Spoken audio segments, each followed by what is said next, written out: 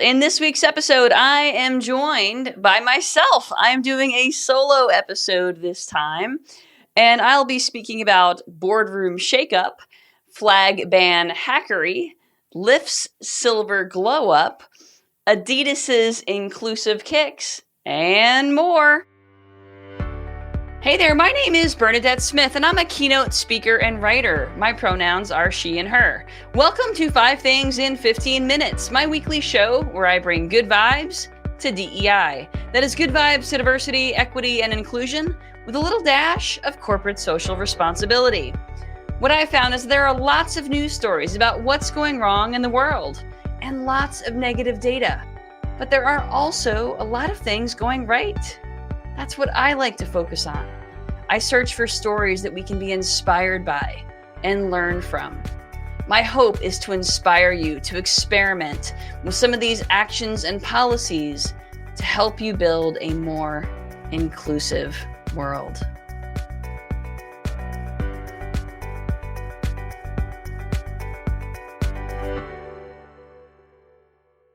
All right, folks, here I go. I don't do solo episodes all that often. This week's topic is influence. Definitely some personal stuff in here for me this week. You know, big news around the world is that the world has a new pope, Leo the 14th, who was born here in Chicago. I grew up Catholic, so I went to Catholic school as a child and then in Catholic church every Sunday. So it was a huge part of my culture and background. And still, I wasn't really, waiting around for the news. I was just sort of kind of indifferent. It wasn't something that I was paying a lot of attention to. But my partner was, and she didn't grow up Catholic. You know, the announcement of who the new pope was going to be was something that was weighing heavily on her, as it was a lot of folks. She was worried, and I understand it. I mean, I guess I was worried too, but I didn't really think too much about it. But the Pope has a massive amount of global influence. Literally, billions of people are paying attention to his words. And because of that influence, there was a big question mark. Are we going to get a more progressive Pope, similar to Pope Francis? Are we going to get a more regressive Pope? That's sort of an indication of how the world has shifted over the past year or so. What was the Pope going to say about LGBTQ people like me, like my partner? These are the types of things that a lot of folks were really worried about. And, there were some remarks that came out that were from 2012, so 13 or so years ago, from, I guess, Minister Bishop Bob, whatever he was at the time. I should have checked to see what his title was at the time. And, the comments were not so supportive of LGBTQ folks. So we'll see what happens as time goes on. But I will say I was given hope. I'm always given hope, of course. You know me. In the first address, the Pope said, "Help us to, and then each other, to build bridges with dialogue, with encounter, uniting us all to be one people, always in peace." I mean, that's the message of inclusion, right? Build bridges with dialogue, with encounter, so with relationships, uniting us all to be one people, always in peace. And peace is one of my favorite words. It's the state that I always strive for.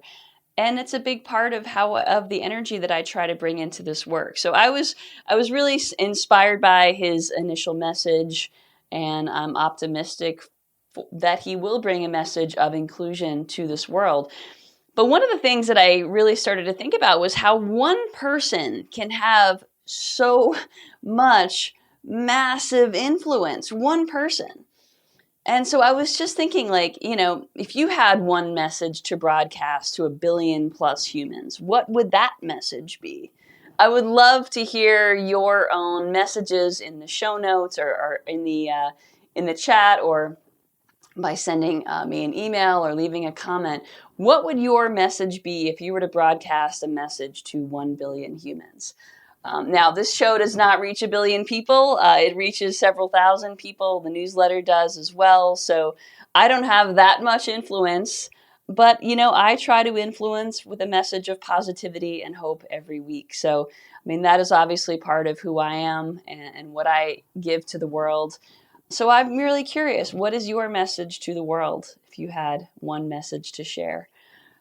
And I hope that we do see a world start to shift back towards building bridges with dialogue and with encounter. So, of course, my hope is that the new Pope brings us together in ways that perhaps we couldn't have even anticipated.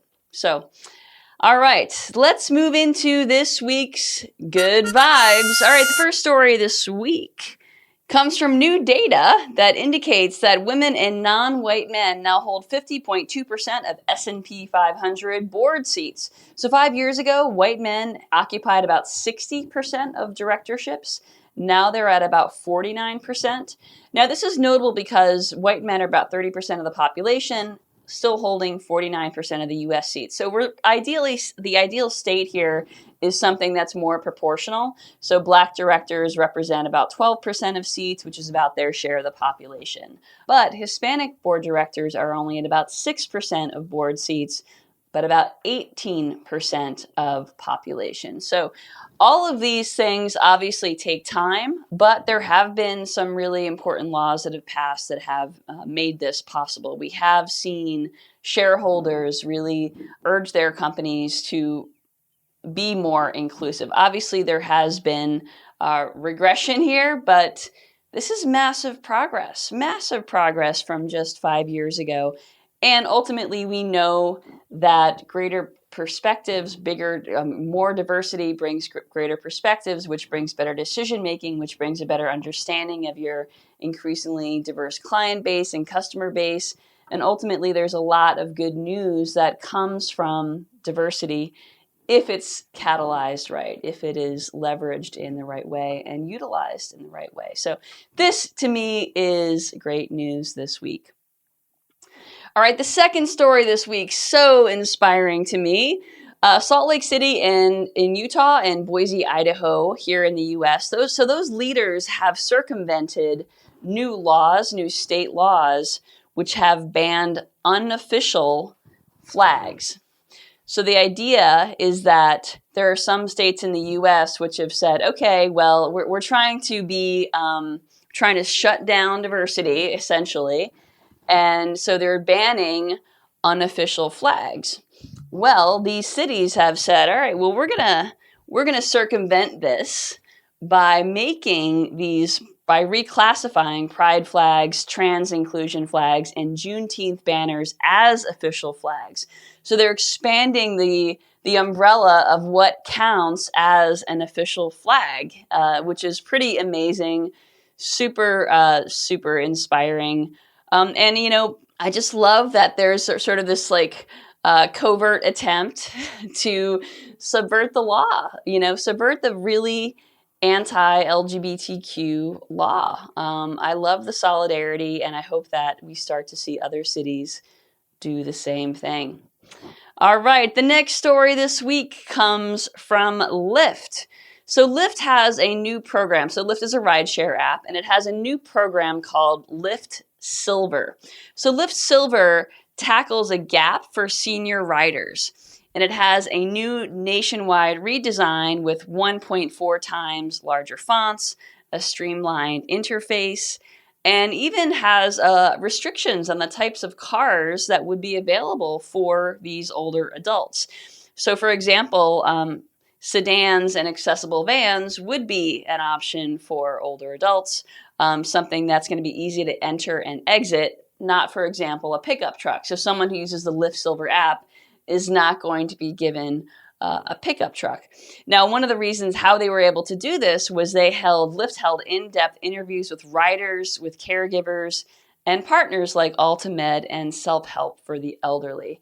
So this app now automatically pairs riders with these easier to enter and exit cars. It offers riders a Get Help Live Agent button during business hours so that folks can actually not have to fumble around for online technical support, but can actually talk to an agent.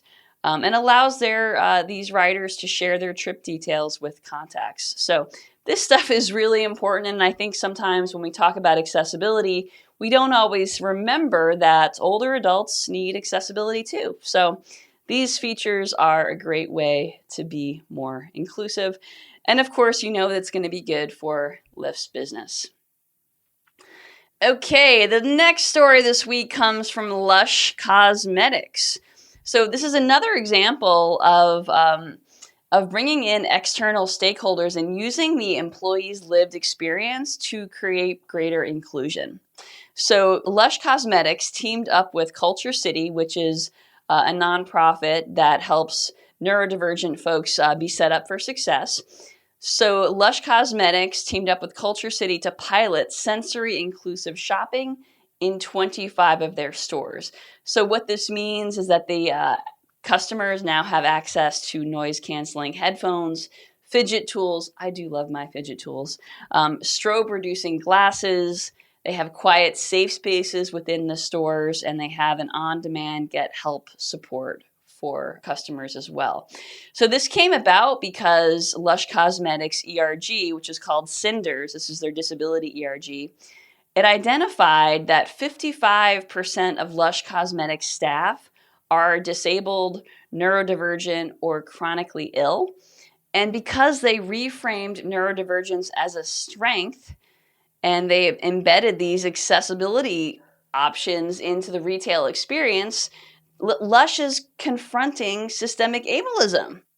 And of course, by taking these measures in these 25 pilot stores to start, they're potentially expanding their customer reach. So I think there's a really, the next story is kind of along the same line. So I think there's a real a theme here today in making greater accessibility for customers, which is obviously just so good for the business bottom line, especially when there's this co-design approach where staff and people who experience these disabilities are actually involved in creating the products and marketing them.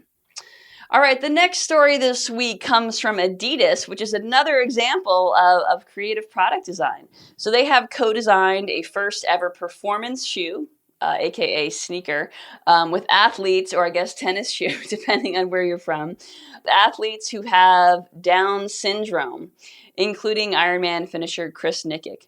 So the idea here is, and I didn't know this, that folks with Down syndrome often have genetic foot anomalies, that these might affect about 6 million people worldwide.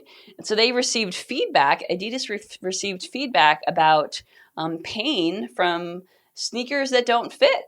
So these new sneakers have wider toe boxes, narrower heels, an expanded forefoot, and enhanced support to unlock sports participation among folks with Down syndrome. So pretty amazing. These are the types of things that I take for granted, but what a gift for these folks who can now more fully participate in sports. Maybe I'll see more folks with Down syndrome on the pickleball court.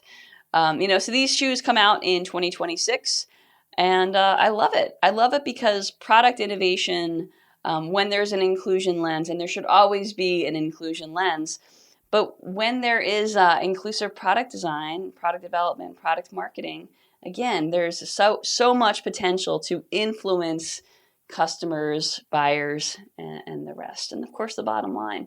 And I do love a good win-win. All right, let's move into this week's Good Vibes to Go.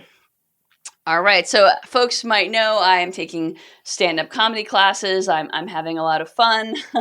And so a lot of times the good vibes to go I've been sharing lately have been stand-up comedy specials, because I like a good special where you learn something, you learn about a different culture, and you also laugh a lot, because that's the best way to learn is to laugh while we do it. Okay, so in the spirit of sharing some specials, check out Atsuko Okatsuka's comedy special, The Intruder, on Max. She has a new special coming out in a few weeks on Hulu. The current special, The Intruder, is hilarious, Check it out. Atsuko Okatsuka is amazing, and you can also follow her on Instagram. She is absolutely hilarious. Okay, so quote of the week comes from Erin Mendenhall, who is the mayor of Salt Lake City. Erin said, "I want all Salt Lakers to look up at these flags and be reminded that we value diversity, equity, and inclusion, leaving no doubt that we are united as a city and people moving forward together."